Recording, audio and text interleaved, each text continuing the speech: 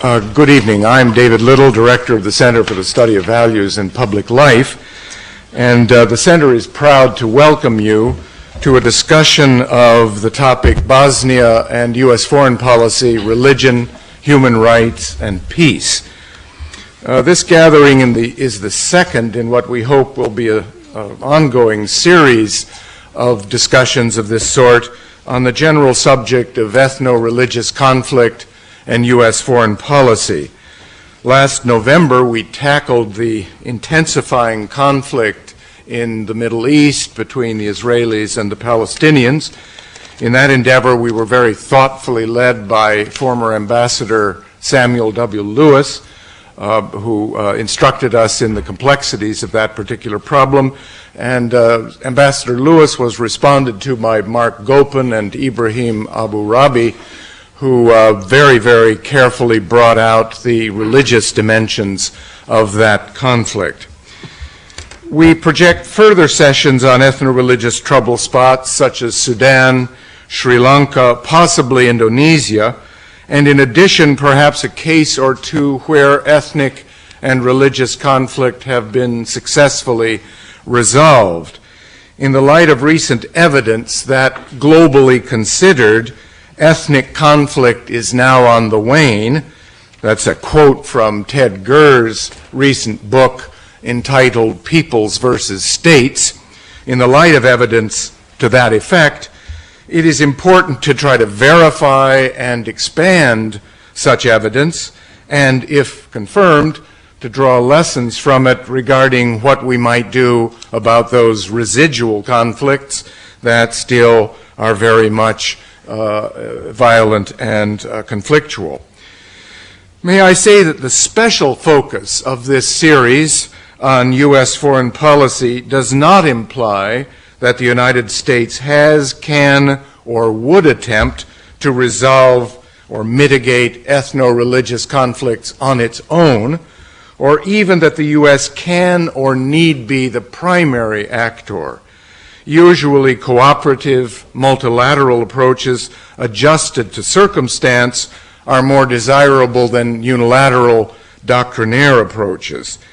It is only to suggest that given the unparalleled resources and influence of the United States government, the U.S. ought to think carefully and systematically, together with others, of course, as to what prudently and responsibly can be done to reduce the often unthinkable costs in life and treasure that ethno-religious conflicts continue to exact even now in places like Sudan, Sri Lanka, and prior to the Dayton Peace Accords, to Bosnia itself. Concerning our topic for tonight, we at the Center are convinced that with a new administration, U.S. policy in Bosnia needs some serious reevaluation and reconsideration. As the title implies, we give special attention to the role of human rights and religion because those subjects are especially close to the mandate of the Center for the Study of Values in Public Life, and also because we feel that perhaps we can make a distinctive contribution to the policy discussion by highlighting those particular questions. We think that religion and human rights are often underplayed and overlooked. At the same time, I want to emphasize our primary objective is to consider those subjects within the broader framework of an assessment of U.S. policy and what is to be done in the future in the case of Bosnia. The Dayton Peace Accords, signed on November 21st, 1995, were, in a manner of speaking, built on a human rights foundation. In particular, Annex 6 of the Dayton Peace Accords is exclusively devoted to that subject, but the idea of compliance with international human rights standards is for making a multi-ethnic, multi-religious Bosnia is, I think, at the foundation, at the basis of the peace accords. It is true that not much attention is given in the Dayton Peace Accords to the subject of religion.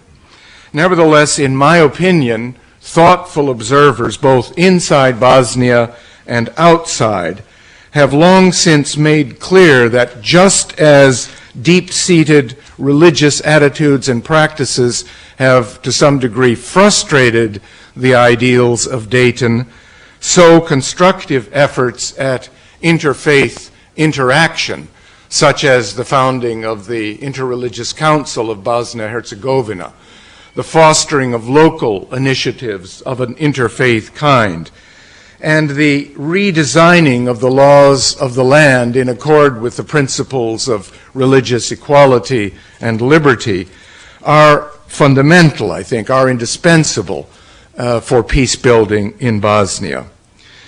Before I introduce our distinguished speakers, let me announce that we have invited about 15 experts, both from Bosnia and from the United States, to carry our discussion on this question forward tomorrow and to provide us with opinions and information that I hope will provide the basis for an eventual publication of a center position paper on the subject of U.S. policy in Bosnia.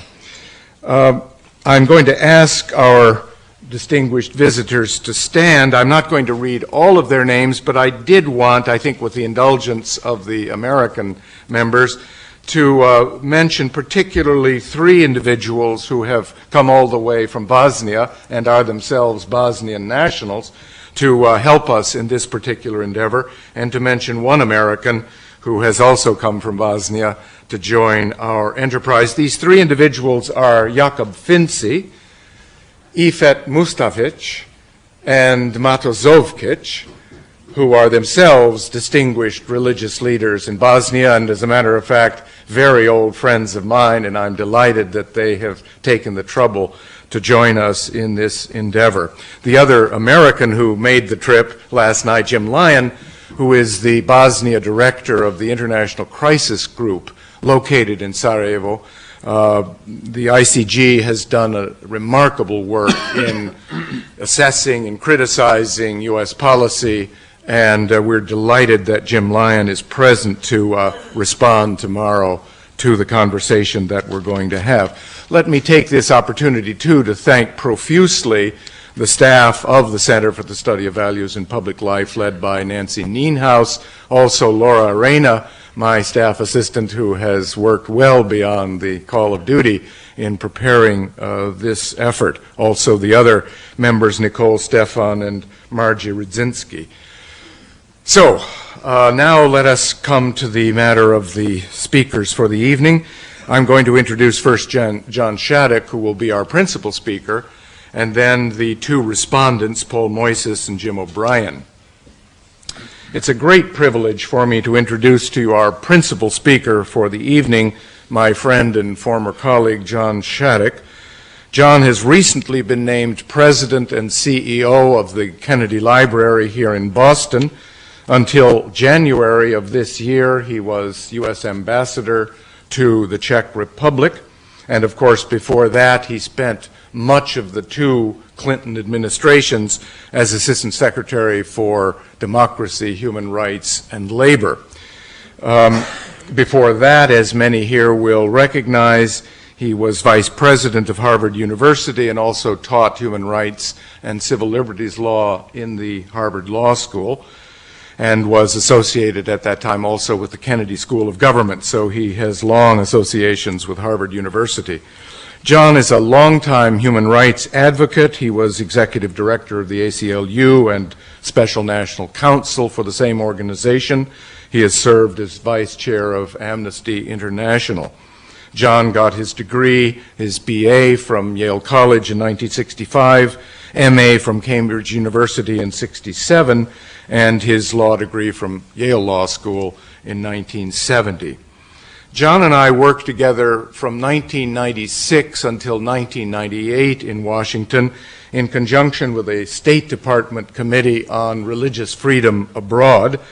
And at that time, the U.S. government, to a great extent under John's leadership, I think, became increasingly concerned with the role of religion in regard both to the causes of ethno-religious conflict and as a means of helping to resolve such conflicts.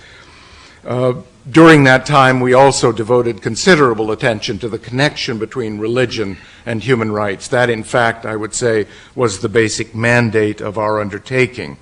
And John has committed himself vigorously, as many of us know, to the cause of human rights, both within and without the government. I came to know John as an energetic, dedicated, and effective disciple of human rights within the U.S. government, and as a shrewd and enlightened analyst of U.S. foreign policy. I might add that the job of Human Rights Coordinator in the State Department, for those of you who know about these things, is an especially challenging job, to put it diplomatically. John's distinguished record in that particular role is particularly laudatory in that regard, and I know of no one better qualified, really, to address the subject before us this evening than John Shattuck. I'm delighted that he's with us. Let me mention something about the other two speakers, and then I will sit down and we will proceed. Paul Mojzes, who will first respond to John, was born actually in Osijek, now Croatia, in the former Yugoslavia. He is at present the provost and academic dean and professor of religious studies at Rosemont College. He studied at Belgrade University Law School from 55 until 57, and in 59 received his A.B. degree from Florida Southern College and a Ph.D. from our neighboring Boston University. Special emphasis on church history and Eastern European church history. Took courses here, he was telling me, at this Divinity School from Father George Florovsky a number of years ago. He taught at the University of New Hampshire, at a series of other schools, including Villanova University, before he arrived at Rosemont, where he now is. Paul is the author of a number of important books on the subject of religion and the Balkans. Just to mention one or two of them, one that had a great deal of influence on me, The Yugoslavian Inferno, Ethno-Religious Warfare in the Balkans, published in 1994, and Religion and the War in Bosnia, which he edited in 1998. His most recent book, The Study of Religion in an Age of Global Dialogue, is co-authored with Leonard Swidler. Paul and I traveled together throughout the former Yugoslavia in 1997. I still have fond memories of that trip. Paul, of course, speaks the language and introduced me in ways that only a native speaker can do to the manners and mores of that area, as well as to political factors and elements. It was a rich and wonderful trip, and I'm indebted to him for that traveling companionship. Paul and I also helped to organize what turned out to, I think, be a rather successful interreligious meeting of former Yugoslavian intellectuals and religious leaders in Budapest, Hungary in 1997. James O'Brien was special advisor to the Secretary of State and the President for Democracy in the Balkans in the final year of the Clinton administration. He was the senior administration official responsible for U.S. policy towards the democratic transition in Yugoslavia and for the implementation of the Dayton Agreements. Mr. O'Brien helped to negotiate the Dayton Agreements as well as other agreements bearing on that region. After his tenure at the State Department from '89 to 2001, Mr. O'Brien now works for a consulting firm in Washington and is a consultant to the National Democratic Institute. He has a graduate degree from Yale Law School, an MA from the University of Pittsburgh, and is a graduate of Macalester College. Welcome to you all. We're delighted that you're here. We look forward to a lively discussion. John Shattuck.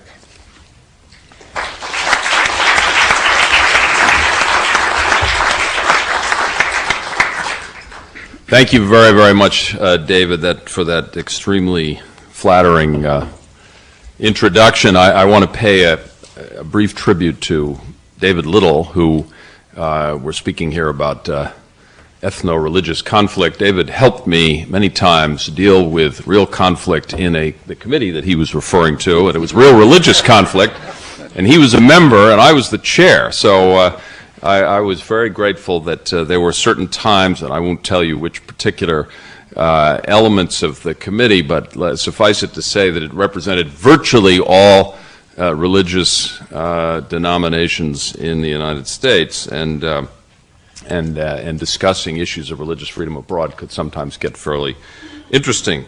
I'm also delighted to be here with my old friend Jim O'Brien, who, as you will hear soon, is a great expert on all matters of the Balkans and has most recently had a much more intensive involvement than I, although we go back a long way. I also see in the audience Bob Beecroft, who is our representative in Sarajevo, the United States representative in Sarajevo for some period of time as the charge d'affaires, and I'm delighted to see my old friends, some of them from Bosnia, who are here, and Paul Mojzes, to have a chance to meet with you for the first time. I certainly know your work, and it's a great opportunity to be here.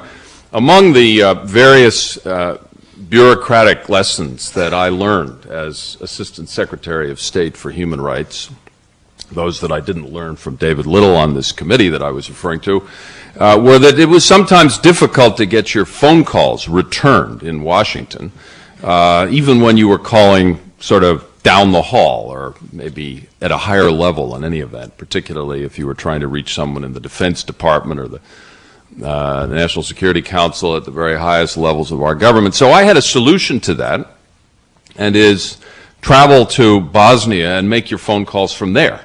And I found that I could get virtually every phone call returned, assuming I could make it. And making it was sometimes a challenge, but this was definitely a bureaucratic lesson which I pass on to the Bush administration. If there are any people who have contacts here, it will serve two purposes. It will help them understand the bureaucracy of Washington, and maybe it will get them to Bosnia, where I'm sure they plan to spend a good deal of time. Let me start by giving you a little bit about my perspective, and you can imagine, as someone deeply involved over a number of years, I am an observer and an analyst, an advocate and a participant in many of the issues we're going to talk about, and I can be certainly candid and I hope insightful, but probably not objective. I would not want to claim that because of my own involvement, so I will leave that to the objectivity for you to determine, but I certainly want to be candid and highly reflective of a long period of time spent working on one of the most tragic and difficult issues that the United States government has faced. Perhaps the best way to introduce my perspective is to tell you a quick story, which may lead you to the conclusion that you will want to get a second opinion for some of what I have to say, which is not to say that the story is inaccurate. It is very accurate. In September of 1998, on what was then about my 30th trip to the Balkans, I was sent by Secretary Albright to Kosovo to look at the situation, which was about which there were many conflicting reports about what was actually occurring, and then to report back to her, and also to go to the Congress and have a discussion with them. And I took with me former Senator Bob Dole, who was someone who had a tremendous record on issues in the Balkans and someone I had come to respect, and I thought this bipartisan approach was particularly appropriate because it would give us great credibility when we made our report. What we witnessed was a massive shelling of Kosovar civilians, house burnings, by estimates of people in the field, up to 200,000 people forced from their homes and seeking refuge in the hills, all as a result of Serb paramilitary and police action. That was the basis for our report. But before we went to make the report, we were asked by Secretary Albright to go to Belgrade to have a meeting with Milosevic and to confront Milosevic with the reality of what we had seen. I think Milosevic certainly hoped that Senator Dole would be somewhat more understanding of his position than he knew I to be, since I had met with him on numerous occasions and urged him to comply with the International War Crimes Tribunal, and indeed was probably, along with Jim O'Brien and others, one of the people most ardently advocating a continuation of sanctions against Milosevic until he did comply with the tribunal. But he was disappointed about Dole. Dole supported everything that we concluded, and we continued to tell Milosevic that if this kind of paramilitary police action continued, there would be grave consequences. At that time, it was not entirely clear what those would be, and I'm not sure he believed they would be grave consequences. But he decided to cut short our meeting. He, in fact, disinvited us from lunch, which I took to be something of a compliment in terms of the message that was delivered, and showed us to the door. And as we left, his final words, and the final words that I remember hearing him speak in the numbers of meetings that I had with him, were, "I like being president, and I plan to stay for a long time." That is the perspective that I bring you, that is to say, as a participant and observer as well as analyst of the situation. Let me now step back and ask the question, how did all of this begin? Something that is very familiar to many of our listeners here today, and their knowledge of it is much more personal and in many ways tragic. I think looking at the basic facts, over 250,000 mostly civilian non-combatants were killed over a period of several years, and 2 million people driven from their homes.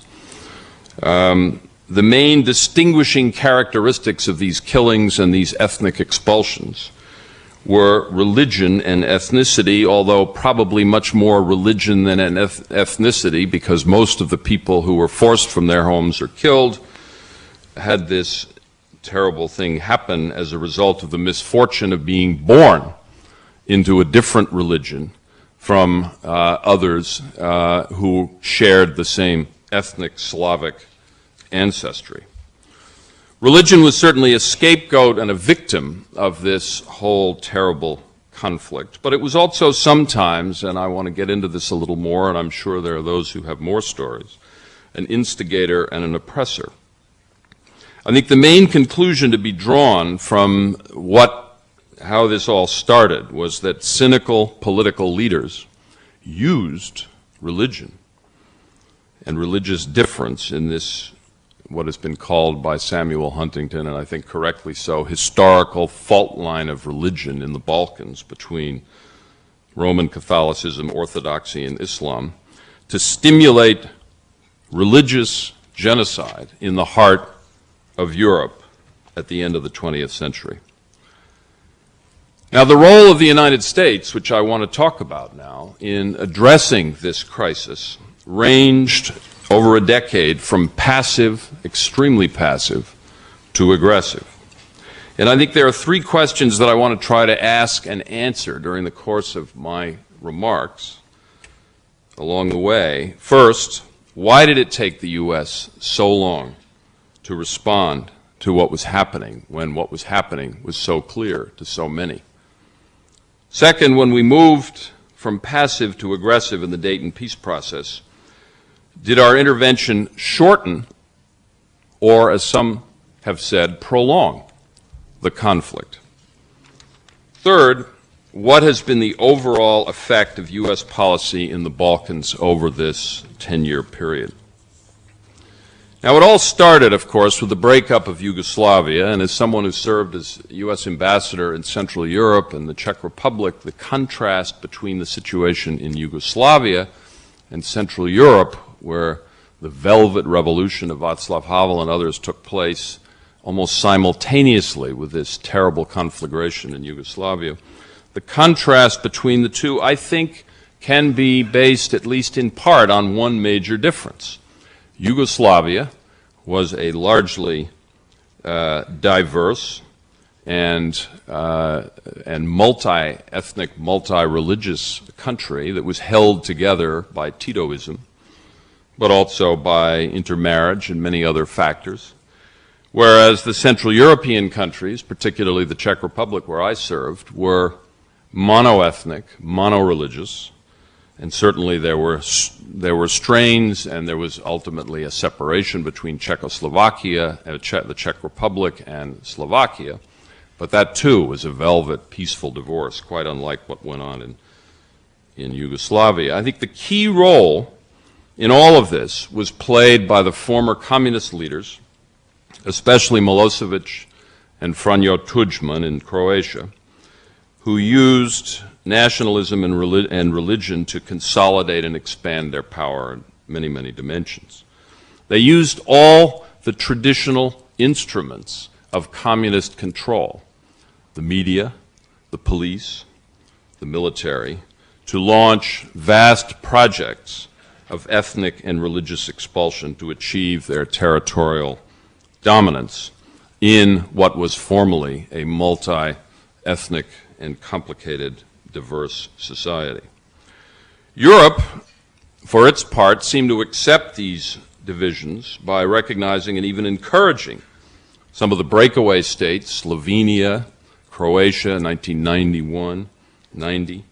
And I think what we saw ultimately, of course, was the destruction of Yugoslavia, and in large measure, Europe, and in some significant measure, the United States, was party to that process as this whole country fell apart in the early 1990s.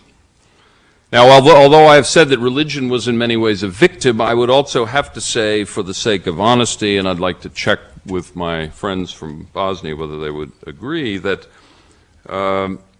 while there were good religious leaders, there were also religious leaders of all three faiths who were advocates, enthusiastic advocates of separation.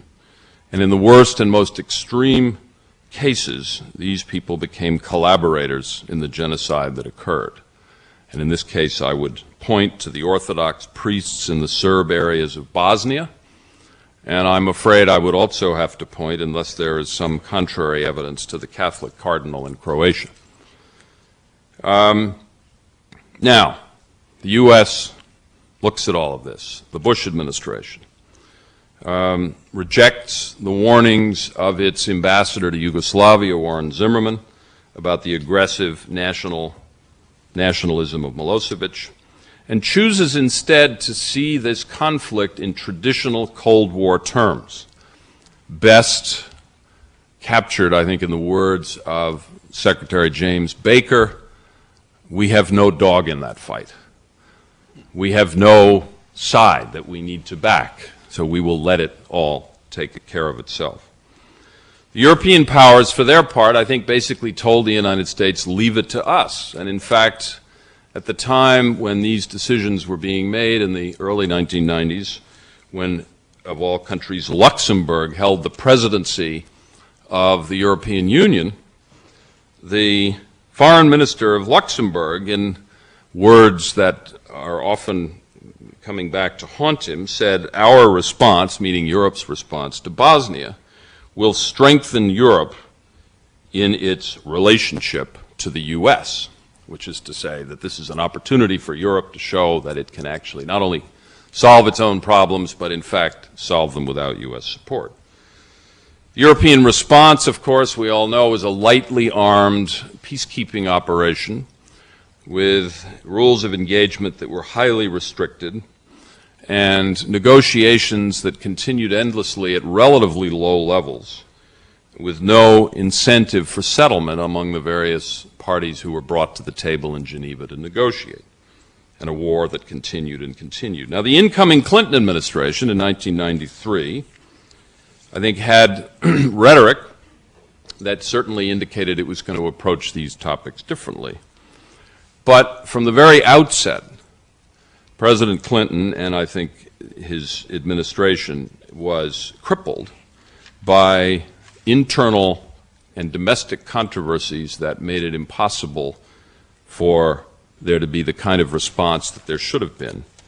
The controversy over gays in the military, the Clinton Vietnam record, which made his relationship with the Pentagon extremely dubious at the outset, the so-called Powell Doctrine, which we hope has now been discarded, but it is the origin of it, of course, is Caspar Weinberger in the Ford administration, but rather in the Reagan administration, but now a doctrine carried forward by now Secretary Colin Powell, which was that we will never use military force unless we have overwhelming force and an opportunity to, and almost a guarantee that we will succeed very quickly in achieving those goals. And then, of course, there was huge congressional opposition to any new military commitments. In Bosnia, it was really seen as a morass during this period by Washington, despite, and I give great credit to the press, despite the daily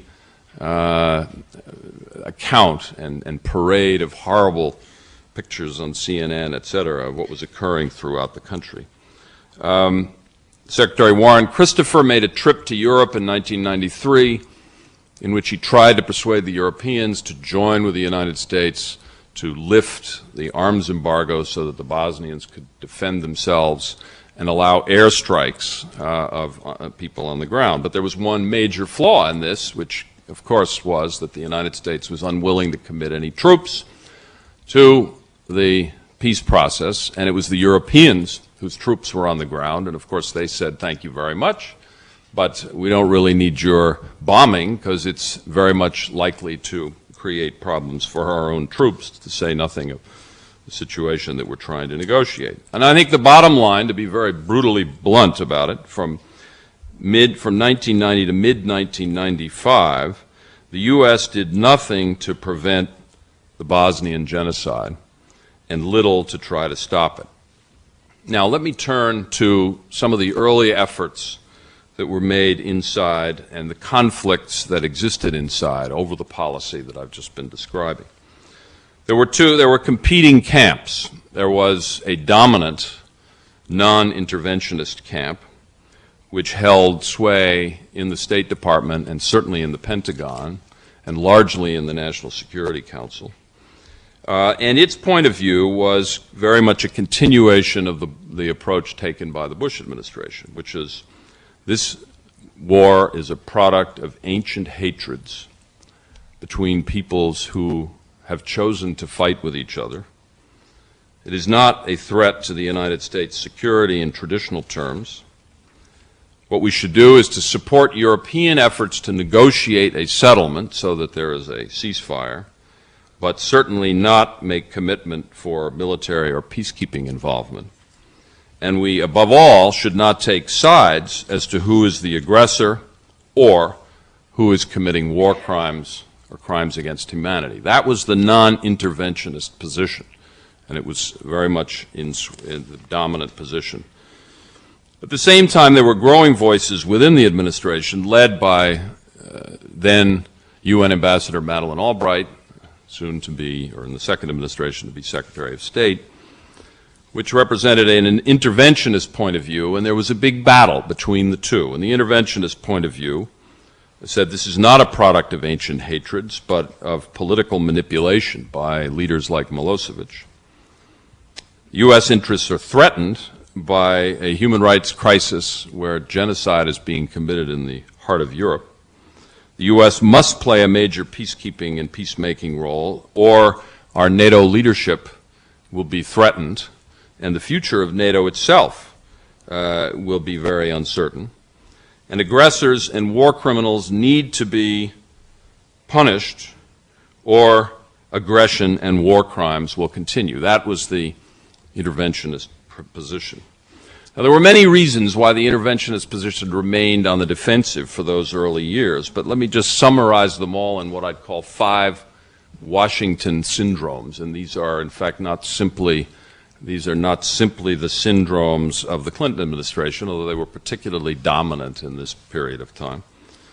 There's first what I would call the Beltway gridlock syndrome, and that is policy in the United States government is made interagency, that is, agencies of the government, the State Department, the Pentagon, other agencies come together under the sponsorship or under the chairmanship of the National Security Council, and they try to work through a crisis. And this was certainly seen to be a crisis. There's one big problem of the interagency process, which is what led to the gridlock constantly, and that is consensus is required to move forward a policy. And if there's no consensus, that is, if one agency is blocking an aggressive position that's put forward, like the one the interventionists were pursuing, it will not move forward. And certainly the Pentagon and others were successful in that way in blocking forward motion. The only way to break the gridlock is to get a presidential decision, which leads to the second syndrome in Washington, which is, and I think this is a common problem, but it certainly afflicted the Clinton administration, the presidential decision-making syndrome. Decisions that go to the president are ones where there will be major costs of taking action or not acting. Not surprisingly, they are the most controversial decisions, the ones that cannot be resolved at the interagency level. For example, stopping human rights atrocities versus avoiding troop casualties. Two very different perspectives that different agencies in the government, in this case the Pentagon and some elements of the State Department, were reflecting. And a president who was elected in 1993 by 43% of the vote was certainly unlikely to break an interagency gridlock to support a bold interventionist human rights policy involving major costs unless, and there is certainly a big unless, there is public support for that, which of course leads to the third syndrome, and that is what I call the public opinion syndrome, particularly in the foreign policy area. In the post-Cold War period that we're in, it's very difficult to take the pulse of the American people on foreign policy issues, at least in advance. They sort of know what they don't like, and they certainly know when something happens that they don't like, but it's very difficult to find out what they might favor, especially on issues of like intervention or the deployment of U.S. troops. So throughout the early Balkan War period, I think public opinion showed very little support for U.S. intervention before it finally occurred in 1995. And on the other hand, there was very strong opposition to substantial troop deployment, and that was largely because of the fourth syndrome, which was quite specific to the Clinton administration, and that's what I call the Somalia syndrome. The Somalia syndrome stems from a tragedy. In October 1993, 18 U.S. Army Rangers on peacekeeping duty for the UN in Somalia were killed in their efforts to try to capture a Somalia warlord. And they were, several of them paraded, or their bodies were dragged through the streets of Mogadishu, and they were shown on CNN. These bodies were shown on CNN. And the risk of body bags like that and the kind of powerful image that it presented in the United States was so debilitating for the prospect of moving forward any kind of interventionist policy that it even led to some internal documents called presidential decision directives, which put straitjackets on U.S. peacekeeping involvement during that period of time. Finally, the fifth syndrome is what I call the conflict resolution syndrome. And this is certainly a universal problem, and not just in the U.S. government, but it's a problem that I think needs to be addressed by anyone who is concerned with the resolution of these kinds of terrible conflicts. The best time to resolve a conflict is before it becomes a crisis. But, in part because of the CNN factor and the competition for limited time among bureaucrats who are making decisions, it's not like a problem, a conflict is not likely to get much attention in the period before it becomes a crisis. But when it becomes a crisis, of course, then the Somalia syndrome, at least in this case in the Clinton administration, or other similar problems kick in and paralysis continues. Now that's just a quick tour of the bureaucratic landscape in which decisions were not made. Thousands, hundreds of thousands were killed. The United States stood by. There were policy battles that were fought during this time that were important because they set the stage, I think, for later changes. And let me just reflect on a few of them. In the war crimes area particularly, and this was in many ways a policy battle that was a proxy for even larger issues, an effort led by Madeleine Albright early in the administration to make accountability for war crimes a wedge for more aggressive peacekeeping, or peacemaking, I would say, led to the creation of the first international criminal tribunal for the judgment of war crimes for Yugoslavia since Nuremberg. And it was even different from Nuremberg, of course, because this was not a victor's justice tribunal. This was really something that was an instrument of peacemaking, or so she and others who were proponents of it, like myself, and I think I can fairly say Jim O'Brien, unless his views have changed significantly since then. That's what we felt. The theory was the relationship between justice and peacemaking is very clear in a case where there has been something as horrible as a genocide, because impunity, that is to say, not punishing people in these instances, fuels conflict, and ethnic and religious targeting creates a form of collective guilt. So you begin to see all Serbs associated in the public mind as bad, or all Croats. And you don't get anyone to stop thinking that they should find revenge for the crimes that were committed against them, because there's no one bringing to justice those who have committed those crimes. Now, there was strong opposition from two quarters to this kind of war crimes approach, which we fought, and successfully so, in the beginning. There were the realpolitik proponents of a negotiated settlement, who were the non-interventionists that I was referring to before. But there was another group, and I would hazard a guess that there may even be some in this room, or who had that view at the time anyway.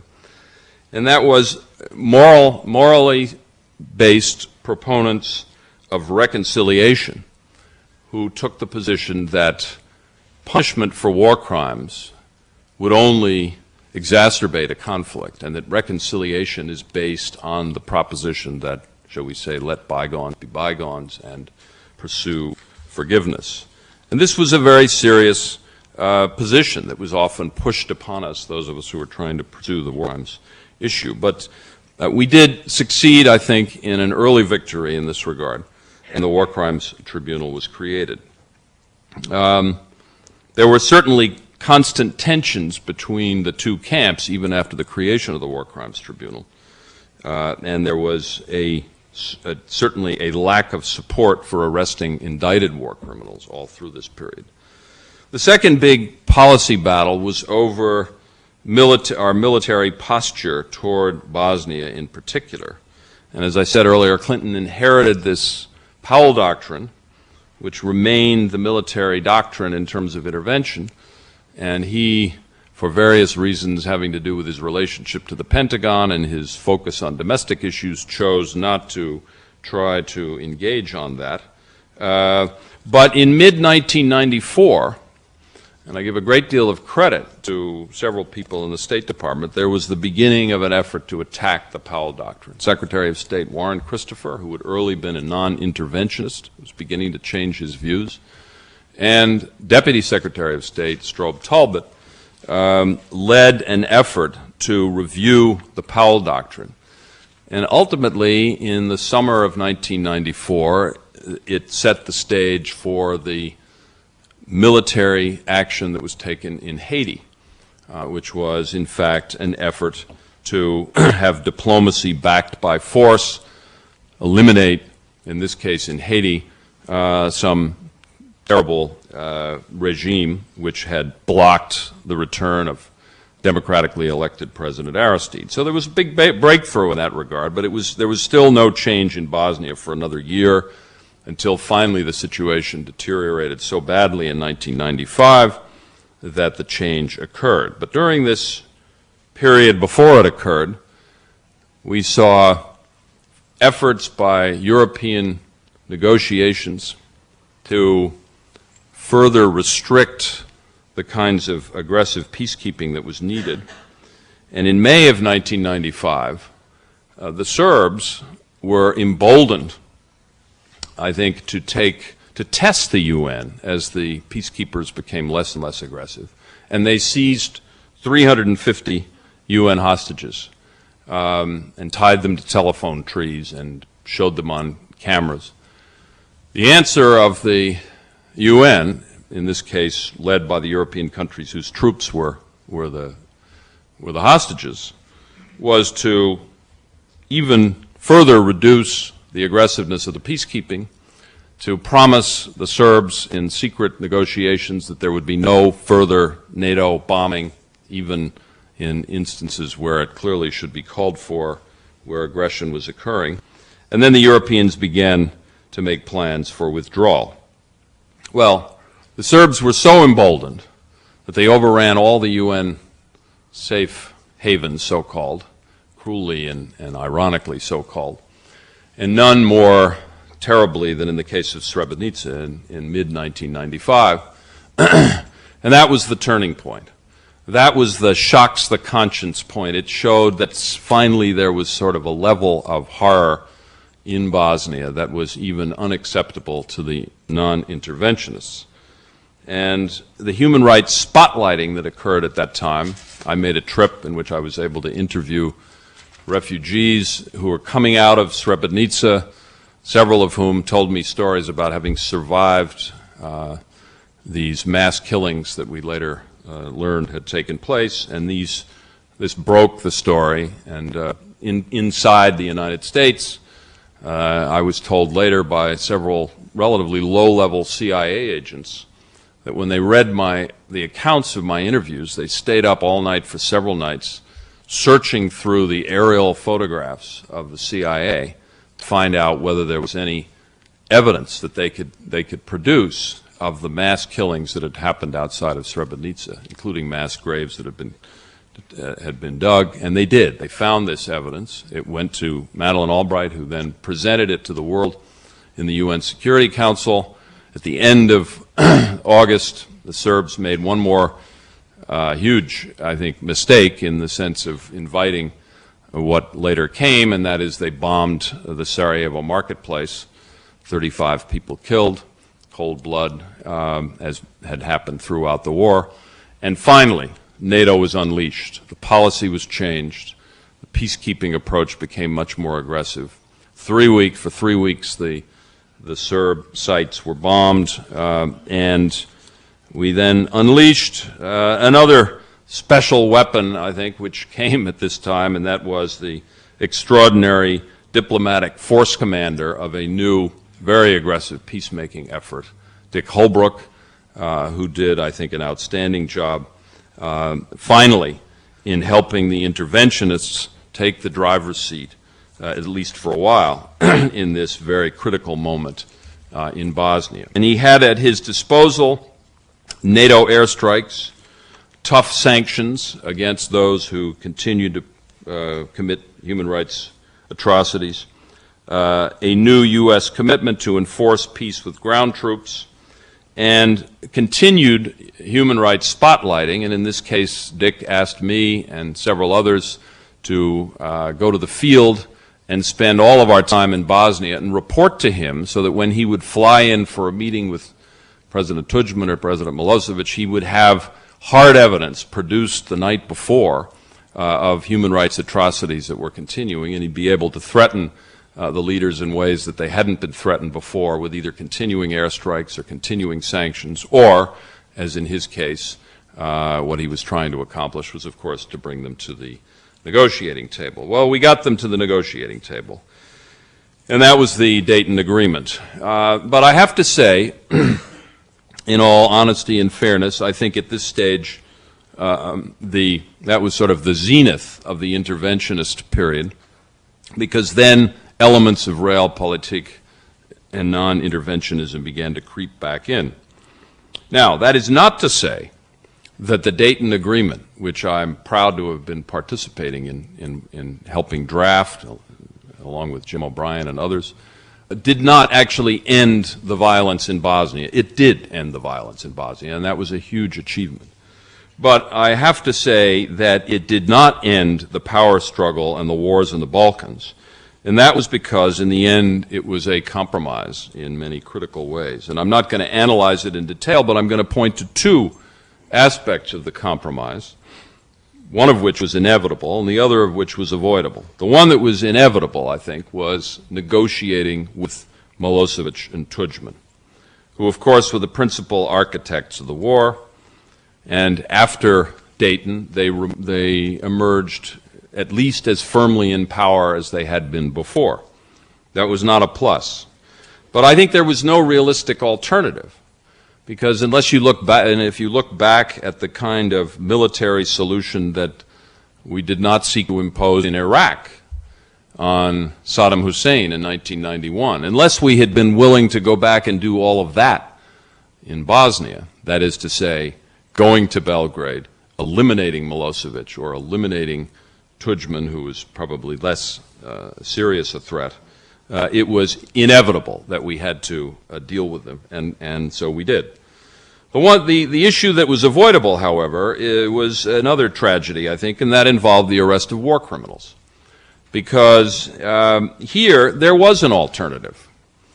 And the annex that David Little referred to earlier to the, I think you're referring to the Human Rights Annex, but I'll now refer to the military annex to the Dayton Peace Agreement, could well have imposed on NATO a responsibility to arrest war criminals, or at least sent a better signal that that was within their mandate.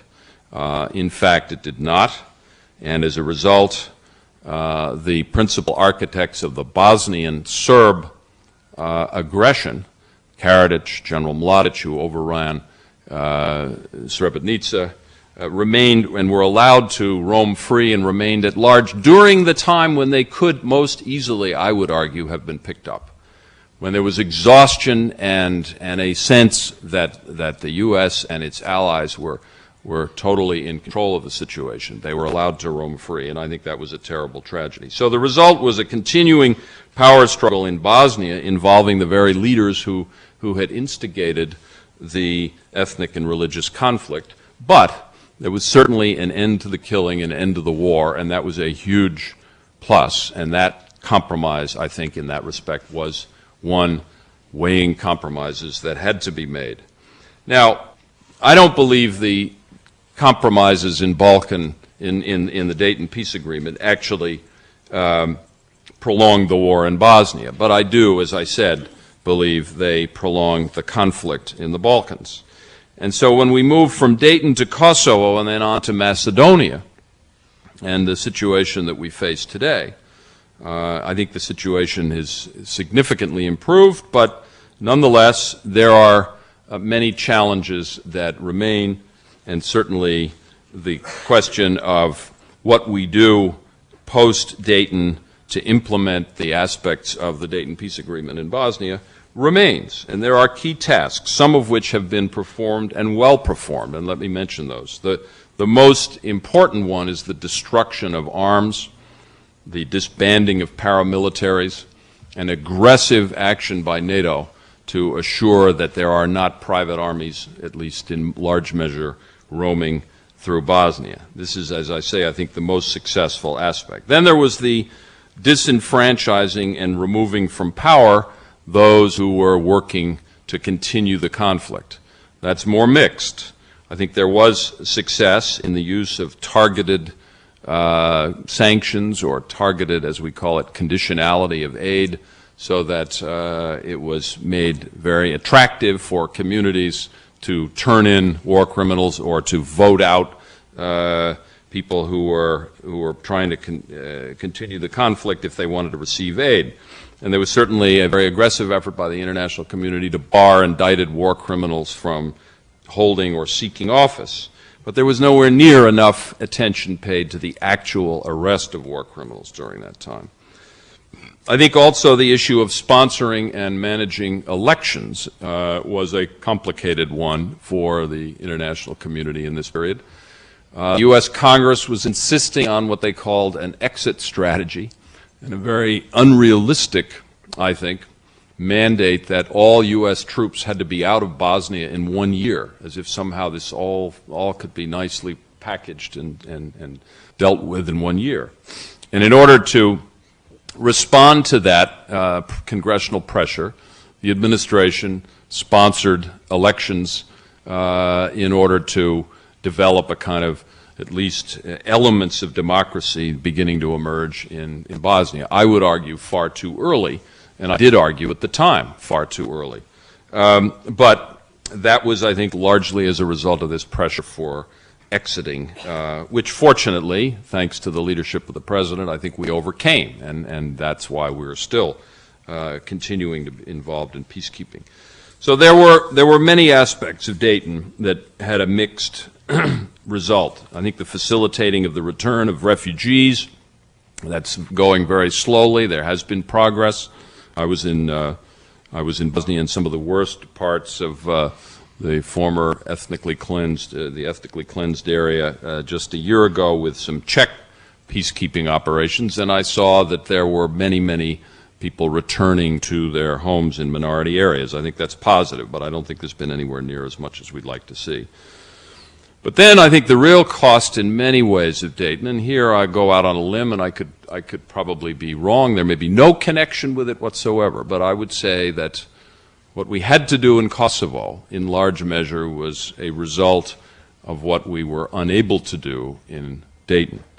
And that is, the Kosovo crisis, I think, was in some measure a result of the resurgence of Milosevic after the Dayton peace process. And Milosevic felt emboldened, of course, to go back to his old tactic when he's up against the wall, start a war, lose it, and consolidate your power at home. A remarkable record that he had, and he did it 4 times and succeeded in losing 4 times. And finally, in the case of Kosovo, he really lost. But Kosovo was very difficult because this was where, in some ways, it all began for Milosevic. And in 1999, it was the 600th anniversary of the famous Battle of Kosovo Polje, which is where Serbs remember losing to the Turks in 1399, and that battle had to be refought in some measure in 1999. And the result was a massive ethnic cleansing of Albanian Kosovars in the name of protecting Serbs, and in some ways protecting Serbs was necessary because there was indeed a high degree of violence that was being promulgated by the Kosovar liberation movement, but nothing at all comparable to what Milosevic did to the Kosovars. And so I think we tried negotiation. People like me and many others, and most importantly Dick Holbrooke, went in and talked to Milosevic about this and gave him ultimatums, and finally that did not work. And here the Albright factor, I think, was key, because I think Madeleine Albright was not about to be lied to again and misled again by Milosevic. And when the chips were down, Secretary Albright was the leader of the NATO response to what had gone on in Kosovo. And the air war was very controversial, certainly in Central Europe, where I served. But 2 things to me are incontrovertibly clear about it. Massive human rights refugee crisis had been created by Milosevic, not by NATO. I saw this with my own eyes in 1998. And after the NATO action, all the Kosovo refugees were able to go back to their homes. So in that respect, whatever else may have been a flaw of that operation, it was a tremendous human rights victory. We get to Macedonia today, and the dance that's going on with the new administration about what to do about it. It sounds all very familiar, and frankly, I'm very concerned that unless major continuing efforts are made to block arms shipments, to closely monitor and promote the development of the autonomy within Kosovo and a dialogue between Serbia and the Kosovo authorities over the status of Kosovo, something I know that Jim O'Brien has very much clearer views than I do on that, and work with the Macedonian government to promote and incorporate the Albanian minority into the political process there. Unless that is going on, and unless the U.S. is actively involved, both diplomatically and through continuing peacekeeping, I think we are in danger of sliding back. And the exhaustion in the Balkans is so great, I think, over all of these issues, and in capitals, including in Washington, that I worry doubly about the situation. Well, let me just stop by summing up very quickly and saying what the situation is after 10 years in the Balkans. I think from a very broad perspective, there have been dramatic changes and good ones. There's a relatively peaceful situation in Bosnia where genocide once raged. There are over 1 million refugees who've returned to Kosovo where massive ethnic expulsion occurred only 2 years ago. Democracy is slowly taking root in Croatia, where Tudjman once tried to create an authoritarian mono-ethnic state. Milosevic, most importantly, has been peacefully removed and now arrested in Serbia, and democracy also seems to be taking hold there. Now, I think U.S. policy had something to do with all of these things, and those of us who worked in that field, I think, can be, shall we say, I don't want to say satisfied, because one is never satisfied over something as tragic as this. But I also think the U.S. had much to do early on with allowing the conflict to develop into a genocide and then allowing it to continue after the genocide was stopped in Bosnia. And that is a heavy burden, I think, that we carry and a lesson that we pass on to our successors. I think there are 3 key lessons to be learned from all of this. The very uneven role that the U.S. has played in the Balkans during these tragic 10 years. Above all, the first is engage early.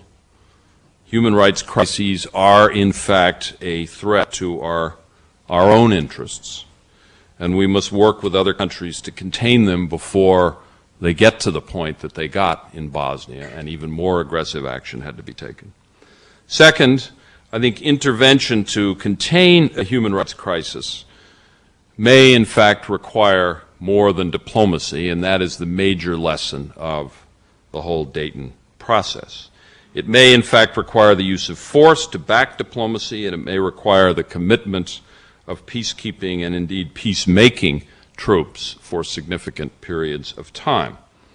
And that is the lesson that I fear may not have been well enough learned, certainly by this incoming administration. Third, the lesson of justice. I think justice is essential as a part of peacemaking, and I give great credit to Secretary Albright, Jim O'Brien, others who worked early on, I was involved, to put it on the agenda in Bosnia, and I think it proved to be an important instrument of peacemaking in a situation where genocide had been committed. Well, let me just say that, in conclusion, as the U.S. ambassador to the Czech Republic, I had the extraordinary opportunity to work with one of the great champions of democracy and human rights in the world, Václav Havel, or to work with is probably to overstate the case, but certainly to serve in an ambassadorial capacity during the time that he was president and remains president. And I want to give him the last word about how I think we should assess this long, ongoing struggle for peace and justice in Bosnia and the Balkans. And like everything else that Havel says, he has this kind of unbelievable, magical quality of capturing what everyone else takes many, many words to say, and I have certainly done that. I am not an optimist because I do not believe all ends well, nor am I a pessimist because I do not believe all ends badly. I am a realist who carries hope, and hope is the belief that freedom has meaning and liberty is always worth the struggle. Thank you very much.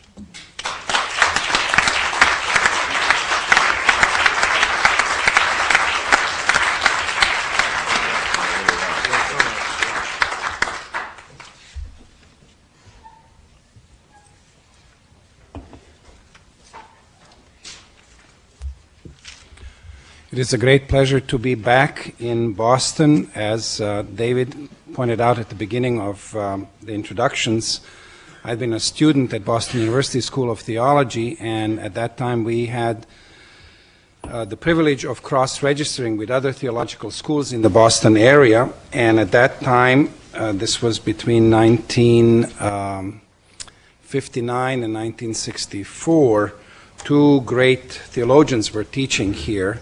One was Paul Tillich, and the other one was George Florovsky, 2 rather different men, and I wanted to take both of their courses. And what happened is I got into the room where Paul Tillich was holding his courses, and it was so jam-packed that I couldn't even put my briefcase down on the floor. There wasn't even enough standing room at the time. So I backed out of that course. I went into George Florovsky's course, and that was the opposite case. There were only 5 students in his courses, you know. So there's plenty of place to sit down and get educated about the great principles of Orthodox theology. I might have been his best Protestant student, I don't know. But I'm very, very, very pleased to be back here. Actually, the classroom where George Florovsky taught was immediately next door to this auditorium. I'm humbled by having to talk about Bosnia in the presence of colleagues from Bosnia who actually know a whole lot more about the situation than I do, and I kind of resent David putting me in that very tough spot, you know. I should be the one sitting there and listening from them how they analyze the religious situation. They are indeed religious leaders, and they know the situation much more currently, so I am indeed very semi-threatened to talk about this. I also want to say something, and that will be very, I don't really intend to, in a sense, engage in a response to the lecture, but let me describe simply my own kind of psychic state. I have not been as alienated about American policies since the Vietnam War. I think this is the second great crisis in my citizenship and my loyalty to this country, because I feel that as a superpower, or maybe more appropriately as a hyperpower, we have oftentimes made grievous mistakes by not analyzing the situation well and discombobulating a situation in some places, I think particularly in Kosovo and probably in Macedonia, in a way which is going to hurt the people in the Balkan Peninsula for a long, long, long time. But that's just sort of as a statement, and then maybe later on, and I suspect especially tomorrow, we can continue this kind of a dialogue. I would like to simply address the issue of the nature of religiosity and the role of religion in these wars. In the book which I wrote during the war and subsequent to that, I've used the term ethno-religious.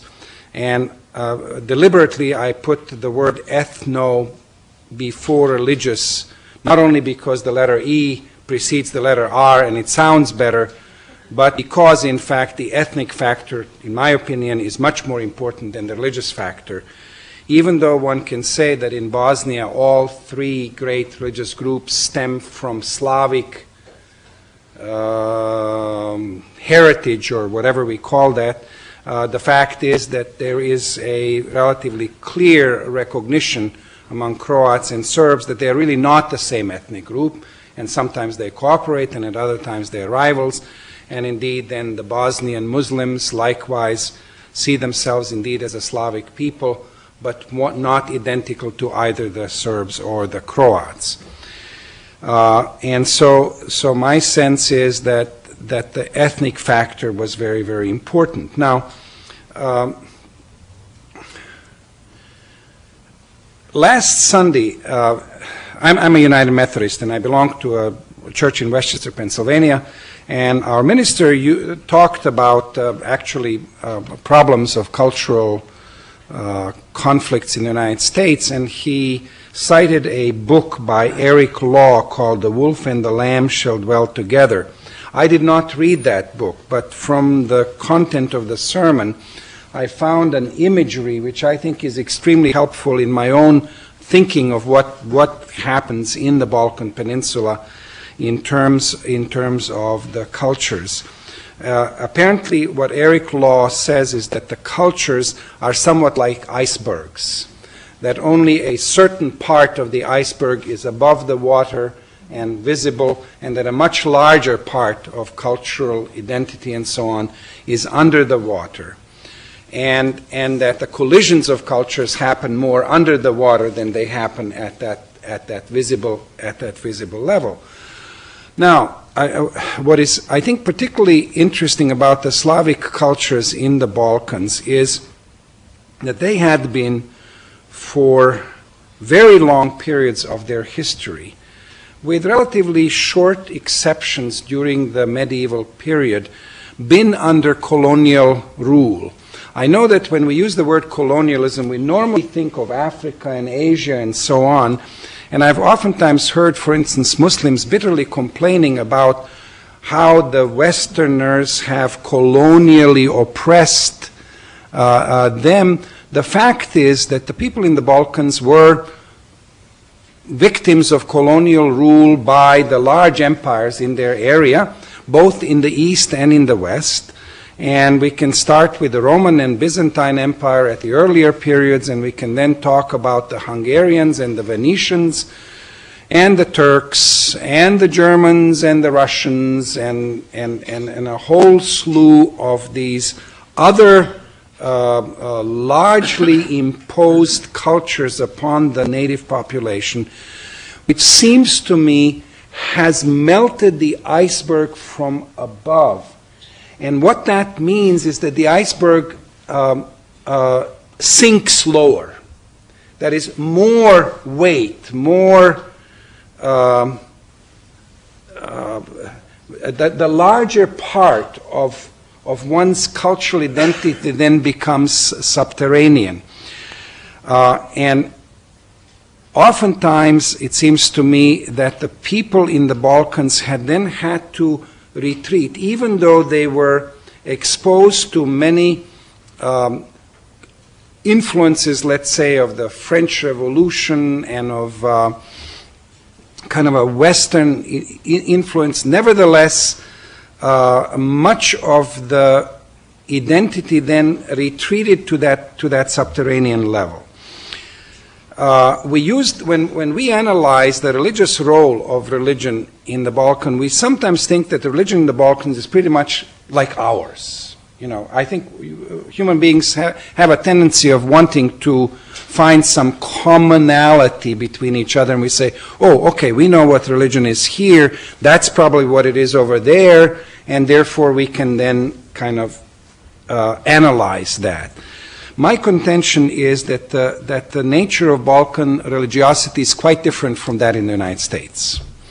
And that what we have to do is something similar to what we would do when we encounter people of radically different cultures, where we kind of assume, let's say, Australian Aborigines or people in the Amazon Valley or something like that. There we know that their religiosity is going to be different from ours.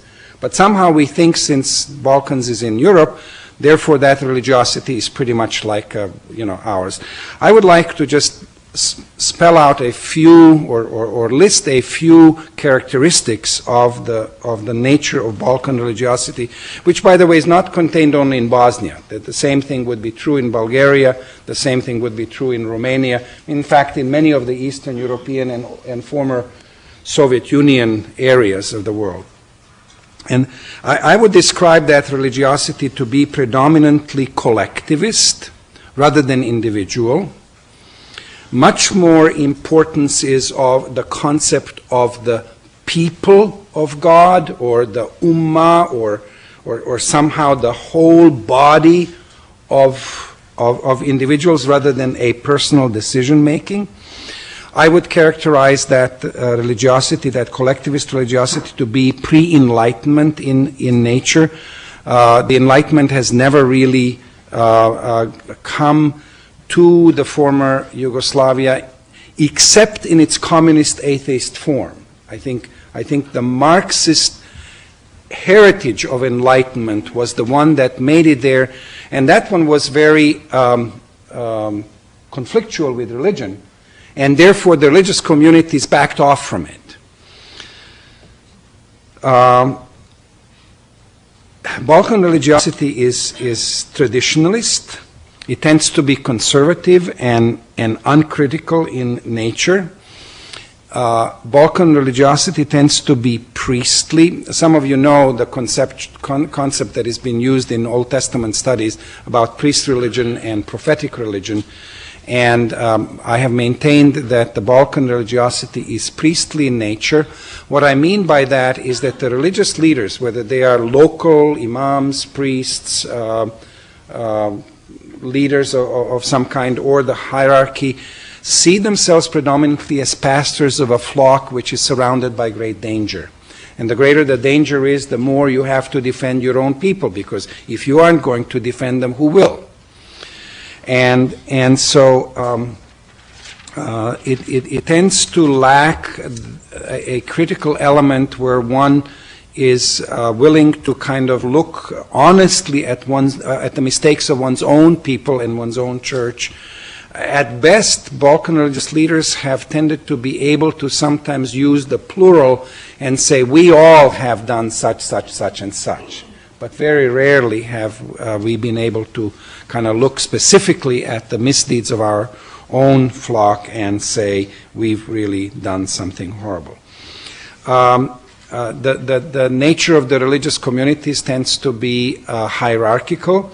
I find that fascinating that it's even true in connection with the Muslim community, which otherwise does not have as strongly worked out hierarchical systems as the Orthodox and the Catholic churches do.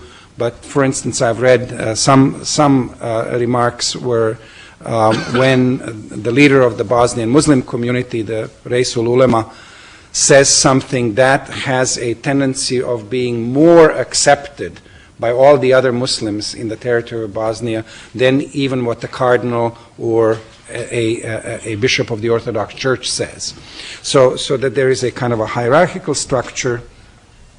And then another, I think, characteristic of that religiosity, that it tends to be predominantly liturgical in nature. Much emphasis is put on what happens in worship services, what happens in the liturgy, what happens when the people of God are together to praise God.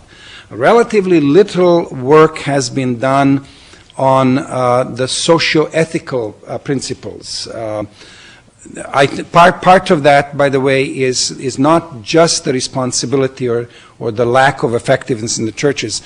Religious education, by the way, in the past tended to be available, this was in the pre-communist period, only by means of education in schools. That is, there were confessional classes where religion was being taught in schools. Then when communists came to power, they had eliminated that. And practically speaking, it was very difficult then for the religious communities to extend effective religious education. There was nothing like, for instance, the Sunday school movement in the United States that was available to these churches, and therefore many people have been, I think, relatively superficially educated in the teachings of their church. This is sometimes even shockingly true of some priests. I remember the statement of an Orthodox priest in Bosnia who at one point said to his parishioners, apparently, that it is a greater sin to forgive the killing of others than to kill.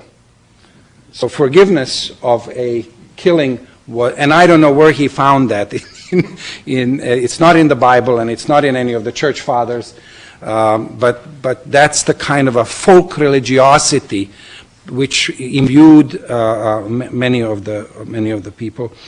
And then lastly, I want to, I want to add another characteristic, and that is that in the Balkans you have a collision of three absolutist religions. The claims of the three great religious communities, the Islamic, the Orthodox, and the Catholic, tend to be couched in such terms theologically that the whole truth is lodged in those communities, and one need not even turn to anybody else because it is provided in its totality in one's own community, and therefore differences with the other religious communities were often interpreted as that they lack something. They do not have that in its plenitude. And the last characteristic of Balkan religion is that it had been tremendously weakened during the communist period. The communist process of atheization actually turned out to be quite effective. Not as effective as they would have liked. Of course, their aim was to entirely eradicate religion. And in the neighboring state of Albania, a claim had been made actually by the leadership of that country that they had totally and fully eliminated religion as a phenomenon. That claim has never been made by the Yugoslav communist leaders. In many ways, they were more tolerant, more flexible in terms of religion than, let's say, the Soviet Union that we usually use as a model. But the fact is that religious communities had been greatly weakened during that period, and therefore their ability to make a effective plea to society, or even to their own people, is weakened. Now, a process of strengthening of the religious communities was happening actually from what? The 80s, I would say throughout the 80s, maybe even the 70s. The Yugoslav communist leadership became more flexible, allowed more freedom, allowed, for instance, students of religion to go and study, whether it is in Rome or going to Egypt or wherever they wanted to study, so that there was actually a growth in strength of the religious communities. And then when the post-communist period finally came, when Tito died, and by the late 1980s or so, religious leaders started becoming noticed. They became media phenomena. It was sort of a good thing politically to get yourself, as a politician, in a picture praying in church, for instance, or being with a religious leader. And that kind of, I think it sort of surprised the religious leaders. It emboldened them in a way.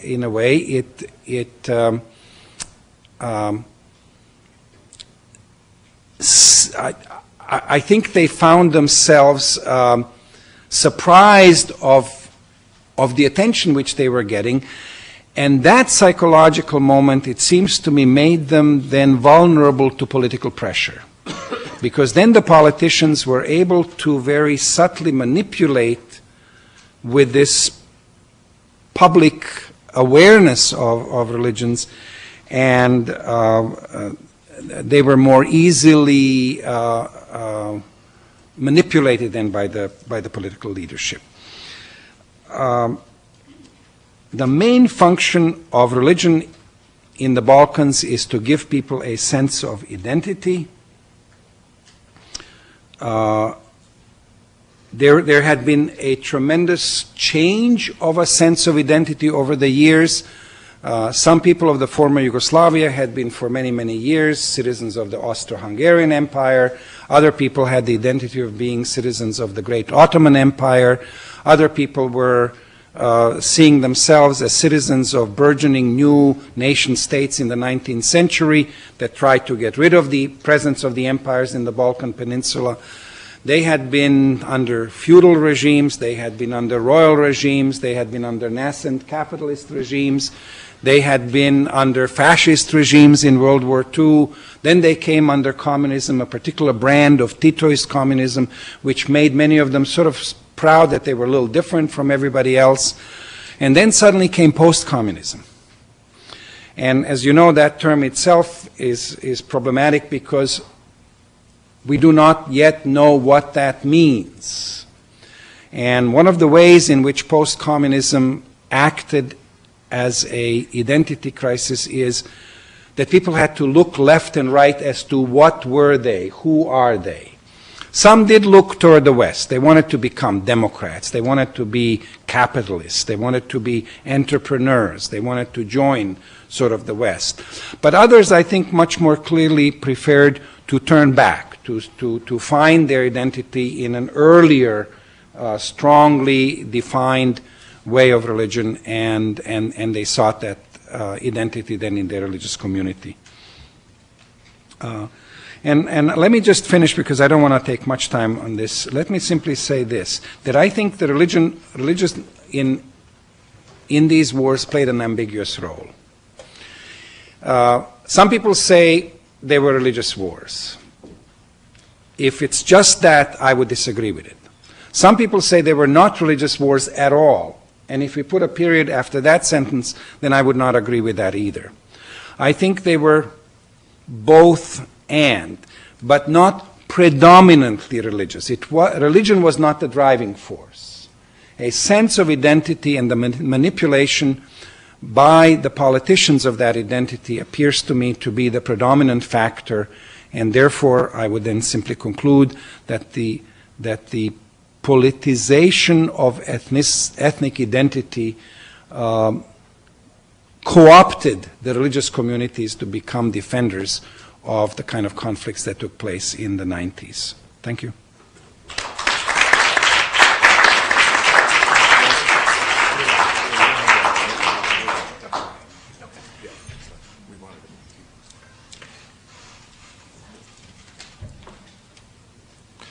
I'm also glad for the opportunity to be here and a little daunted by speaking in front of people who know much more about this subject than I do. I think, though, I can offer a unique perspective as a U.S. policymaker who worked through this period and can talk about the way that we came to confront religion as one of the factors in coming to try to establish peace throughout the Balkans. And I think Dr. Mojzes' comments are exactly right. The feeling of distance I had in engaging these cultures was quite remarkable, and the sense of unfamiliarity permeates every aspect of at least American engagement with the cultures, but especially with the religious aspects of the cultures. It's hard to estimate what role that played in our policies. It certainly plays a great role in people's understanding of what it is we think we are trying to do, and I'll talk a little more about that as I conclude. The theme of my remarks is pretty simple. I think our policy in Bosnia has been a success, yet everyone seems to regard it as a failure. Why is that? That's why the issue is up for debate now, and I think this is a really timely conference. I want to walk through the subtopics for this session in describing why I think we've come to where we are. So I'll talk about peace, human rights, and then a bit about religion. On peace, the Dayton Agreement on the whole is a success. You have peace. You have forces demobilized. John Shattuck walked through this. You have refugees returning, now in numbers far beyond what was possible just a few years ago.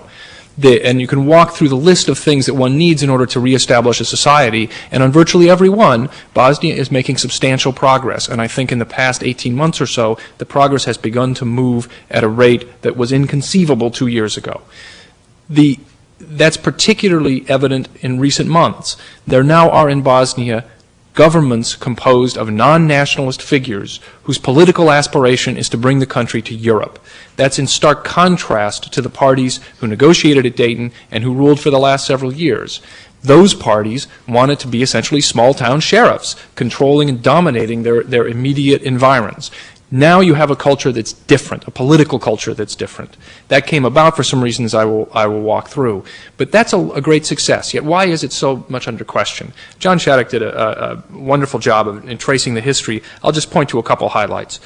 One reason is we responded much too slowly and too weakly. It was certainly true of our engagement initially. Now, I do differ with John a little bit about the experience of the Bush administration. One thing to know about the senior Bush administration was that it knew Yugoslavia better than any other group of Americans possibly could in a political position. This was a set of very senior diplomats who had lived there. Brent Scowcroft had lived there. Lawrence Eagleburger had been ambassador there. At one point, I had occasion, I was actually looking for people who could translate much of the information we had about atrocities in Bosnia. I had occasion to review the list of Foreign Service and State Department employees who spoke Serbo-Croatian, as it still was at the time. And the number of people in senior positions of the State Department was stunning. I would say it was probably 30% of the people in those senior positions. So this was a group that knew. But what happened when you talked to them about about their views on policy in '91, there was partly a fear that the breakup would have geopolitical ramifications we didn't want to be involved in. But it was even more just a sense of despair, a feeling that this culture that they had loved so dearly was breaking apart in front of them. There's a sort of a sense of the despair about a self-destructive lost love. They couldn't see what to do about it. And that's really, I think, responsible for much of the gridlock at the end of the Bush administration. Now, The Clinton administration knew almost nothing about the Balkans and needed to take time to learn. And I think that was a reason for the failure of the 93 initiative. It was a reason for the signal failure of U.S. diplomacy from the summer of 94 through the summer of 95. At that point, international diplomatic initiative shifted to the United States. We were espousing a policy that focused on doing a deal with Milosevic and ignoring the Bosnian Serbs, who were too bloodthirsty to ever negotiate a settlement. This was the right strategy, I think. Yet we didn't follow through on it during that time, and that set the stage for what happened in the summer of 1995. In order to galvanize an effective American response, you had to have, I think, two major factors: Srebrenica and the horrible massacres there. And John is absolutely right about his pivotal role. I was the guy who took his phone call from Bosnia and went to the intelligence community, and it was his interviews, his little scrawled notes that got faxed back, that identified the places that people could look in order to find the pictures. And for weeks after Srebrenica happened, in the Security Council, Secretary Albright was hearing questions. Well, maybe the men are just lost, or maybe this is another Muslim trick to hide what has happened. And it wasn't until we had the pictures that she could sit down and walk through with these people that everyone had to be quiet. And that sparked a more effective international reaction. The other thing was the pending U.S. presidential election, because at that point there was an absence of American leadership in the NATO alliance and in the Western world. President Chirac, who was recently elected in France, he said the position of leader of the free world is now vacant. President Clinton recognized that if he was going to run as an incumbent, he had to be presidential, and the place he had to step up and exert his authority was in Bosnia. Now that started a new U.S. initiative, and at the same time there was the prospect of an effective offensive in Croatia and then in Bosnia by the newly equipped Croatian armed forces and with the much more robust Bosnian Federation forces. Those things came together. And so I draw from that one lesson I'll talk about now, one I'll talk about a little later. The lesson now is at times you need to use force in these situations. And attention to culture simply is not enough. And that's a lesson we saw again in Rwanda, heading into Zaire. We saw it again going into Kosovo. And one of the differences, the key difference in my mind between Dayton and Rambouillet, because I think Chris Hill and I were the only two people who were both, was that at Dayton we had a guarantee that the U.S. was going to put troops on the ground to enforce a settlement. At Rambouillet, we negotiated for a week and a half without that guarantee. And I think that led both sides to suspect that we were not serious about seeing a peace deal being made. Now, a second factor that I think leads to Bosnia being considered a failure were the Godfathers. I think you had to make a deal in 95 with Tudjman and Milosevic. I have racked my brain to think of some other way around it, but they were the people largely responsible for the war starting, and they could disrupt any settlement that emerged. The difficulty was in 1996 into early 1997, they had an interest in keeping Bosnia quiet for their own domestic purposes, and we had an interest in keeping Bosnia quiet for our own purposes. And that's really when many of the decisions John properly criticizes were made. The decisions not to be assertive in pursuit of war criminals or in enforcing human rights provisions. That was unfortunate. It changed in 1997. One of the things Secretary Albright did when she became secretary was say, at this point, I think we want to do Bosnia on its own, and we want to deal with Croatia and Yugoslavia about their domestic situations, not their ability to intervene and guarantee solutions inside Bosnia. Now that was possible only because of much of the progress made over the last year, as Bob Beecroft and the others who were resident in Bosnia know. But it became a sea change in the way that we talked to Tudjman and Milosevic. So with Franjo Tudjman in May 97, Secretary Albright had a fairly brutal meeting at which she told him to stop talking about his belief in the need to have a sort of Catholic prophylactic. It's a horrible image. Running through the Balkans.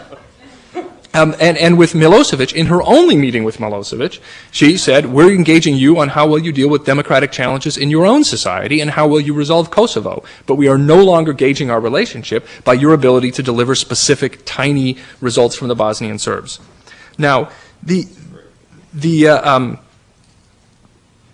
it's terrible when you know what the soundbite is already and you still have another 10 minutes to talk.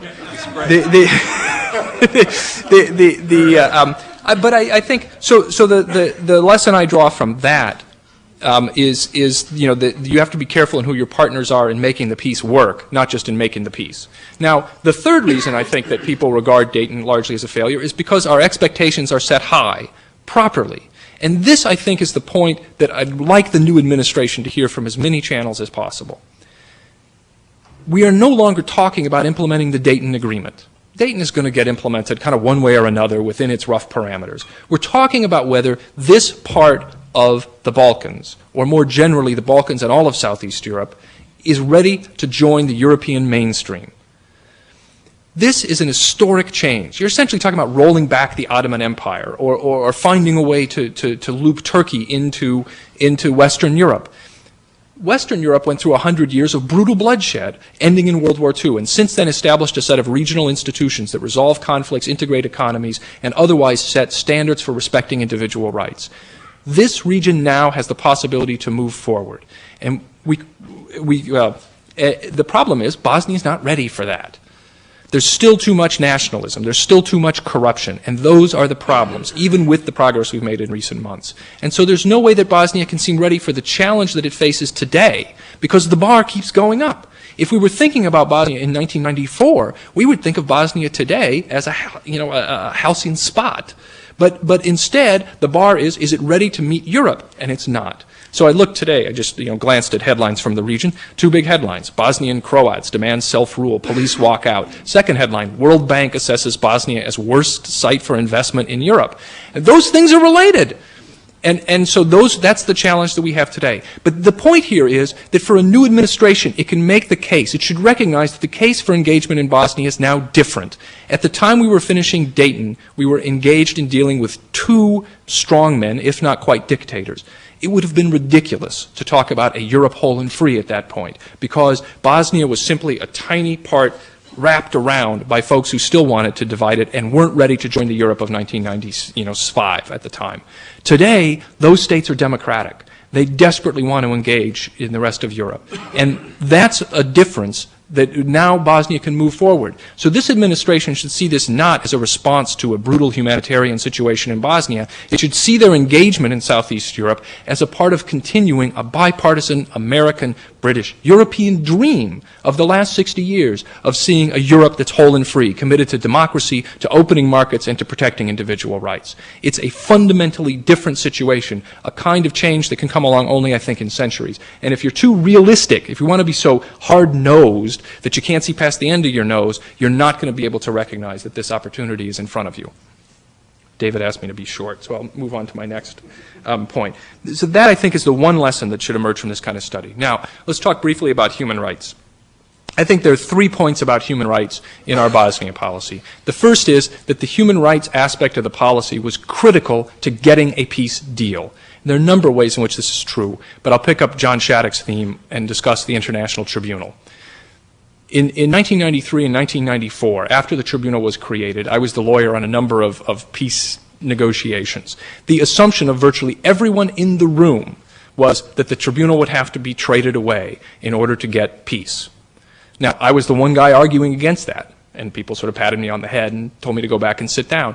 But at the time, that was just sort of a given assumption, given, with 60 years of experience. By 1995, that had changed because we recognized that the tribunal was instrumental for getting a deal. It pushed to the margins the people who were too obstinate to want to make peace. Radovan Karadzic and Ratko Mladic were never going to sign up to a peace deal. But they were indicted in July 95, and that was the first time, at that point, 12 months of trying to push them to the sides, that was the first time that the entire international community could agree that they should play no role in peace talks. If they'd been at the table, there'd have been no deal. Now they were at the table. Okay, now it's possible to say that there may be some occasions in which one might have to make a trade-off and allow an amnesty as part of a peace deal. I won't dismiss that out of hand, but the point is that the establishment of an institution designated to provide justice created leverage for creative diplomacy. You should never give up that kind of opportunity. Second way in which human rights was relevant is that it was critical for making Dayton work.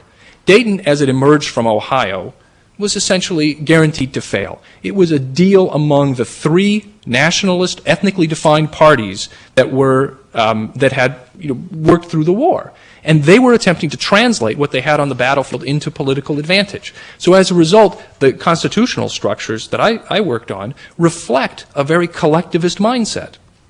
there's a for collectivism, especially in an area with substantial problems of communities. But in this place, it was a real problem because what they had were eligibility for certain governmental offices is limited to members in certain groups, and there were special voting provisions for representatives of these groups. They had veto provisions, nominating rights, and other provisions that members of other groups did not have. The difficulty is that when you define a governmental system in those collectivist terms, you generally allow the extremists within each group to set the agenda for that group. And so we ended up with a political system that was still dominated by the nationalist agendas of the same people who had fueled the war. Now, a few years later, things have begun to change. There's some changes in personnel. Other people have been indicted and left. Other people have died. I mean, there's some room for change. But the most important thing is that within Dayton, there were the seeds for change. The most important line in Dayton really is the line, several lines, different places, that add up to a requirement that Bosnia's constitutional court apply European standards of individual rights.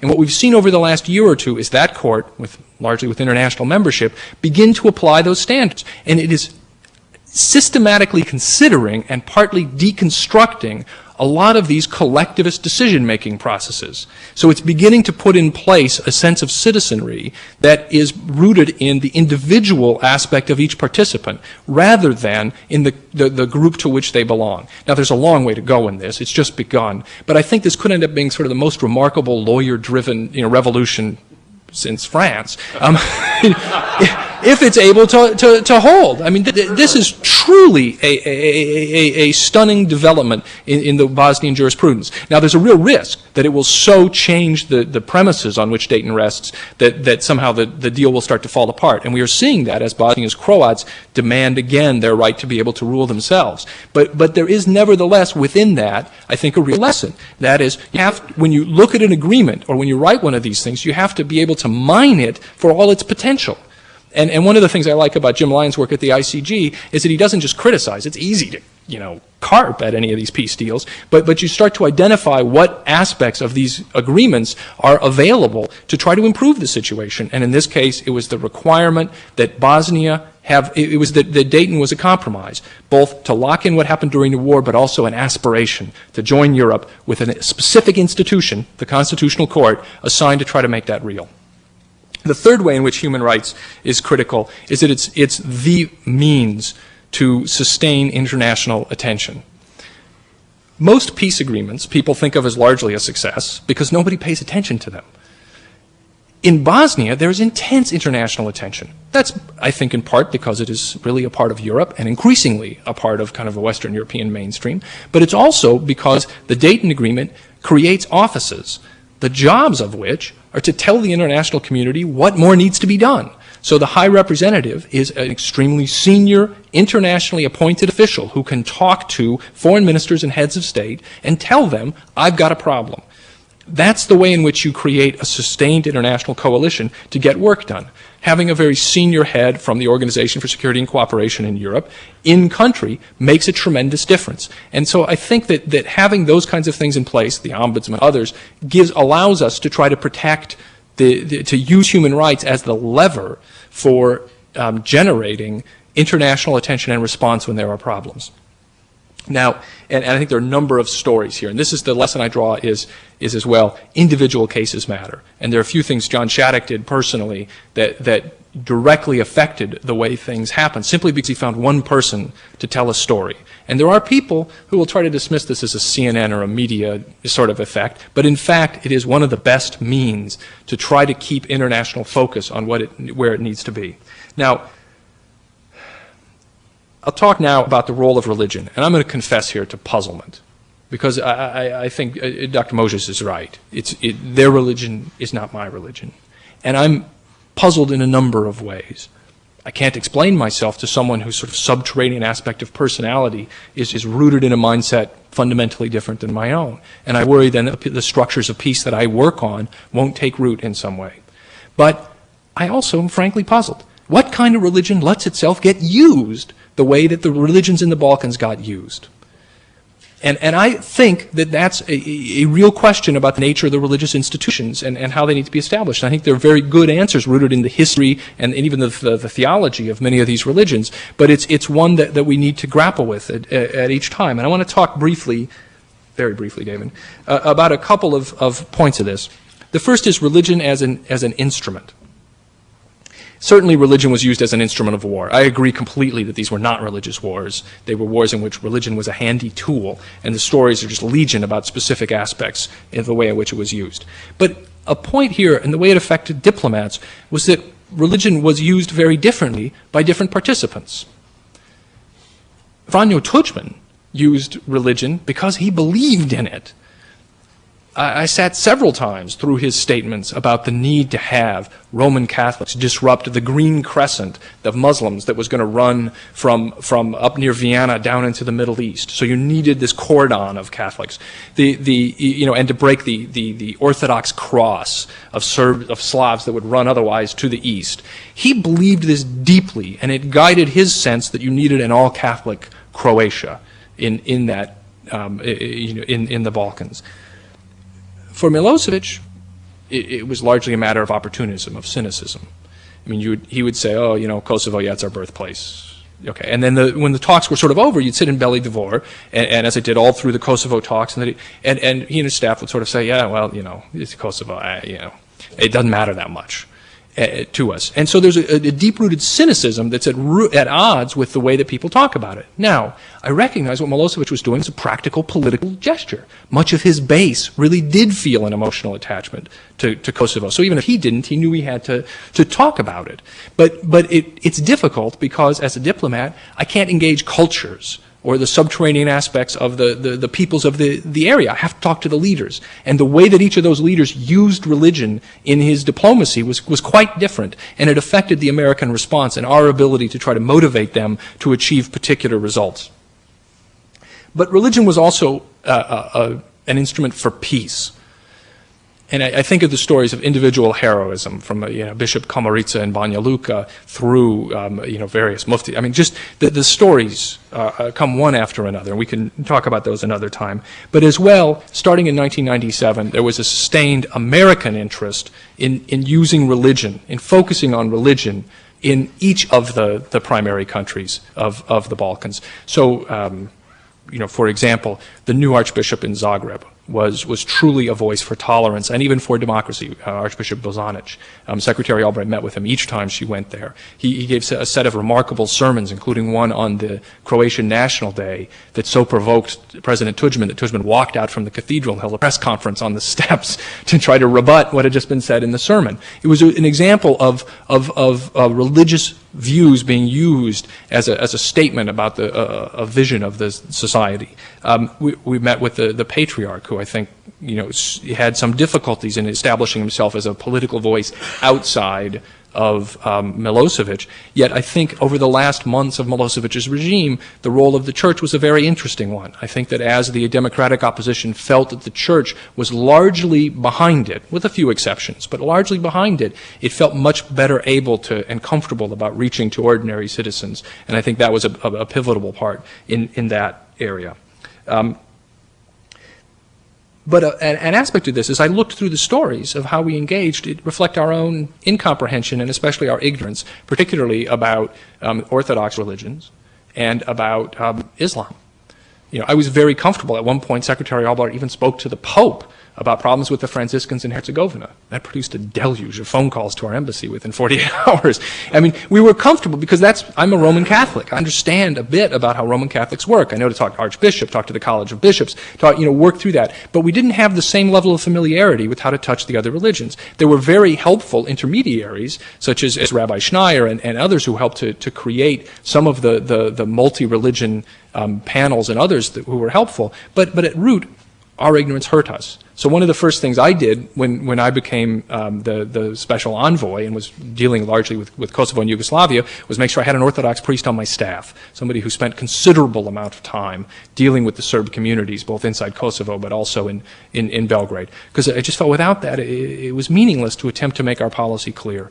Now, the final place, I guess I'll just venture, sort of guess here, because here I'm completely off my area of expertise. But it's to think a little bit about religion as the narrative of this event. You know, I guess in my amateur's understanding of a lot of theology, it's customary to talk about religions as sort of epics. You know, a hero travels and in some way returns, having improved or recognized some capacity in him or herself. There's no individual person who's the hero of this time in the Balkans. I think the only thing that's the only heroic aspect here really stems from the law, from the norms of civilized society. The things that at the start we knew we had to have in order to have societies where people could live next to one another in peace and tolerance. And that essentially went on a journey through societies where that had broken down, where nobody wanted to pay attention to those norms. But throughout the diplomatic response to the crisis, we tried to create institutions that would reaffirm the importance of the law, reaffirm in new ways the protections for victims of conflict. And at the end of the war, I think we're now recognizing again that that is the place that conflicts like this have to start and end, so that the narrative is one that brings us back to a stronger commitment to norms of civilized behavior rooted in whatever religious tradition, but that will allow people to live with respect for individual rights, for their ability to tolerate their neighbor, respect their differences, and yet go ahead to lead a normal life. Thanks.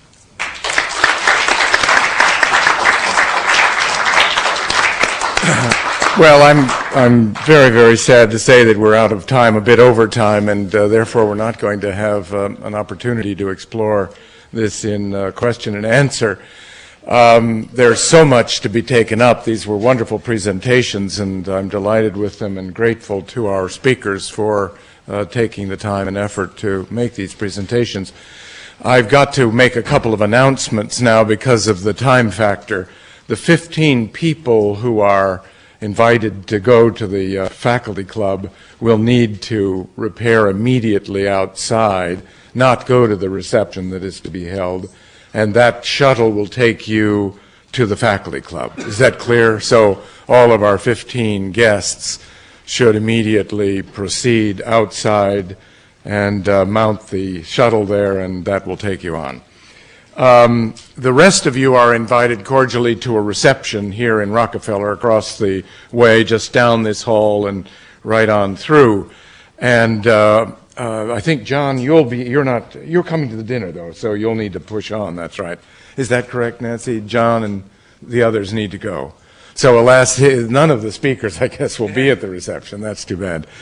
But nevertheless, for those of you who can stay, you're invited to the reception, and the others who are headed for the dinner at the faculty club will need to proceed post-haste. Have I got it right? You got it right. Okay, well, thanks very much for our speakers, for your attendance, and we look forward to further discussion. Thanks, John, very much. Highly disruptive. When we put O'Brien and Shattuck together, we're bound to filibuster all night. That's right. No, but it was just great stuff. It was very good.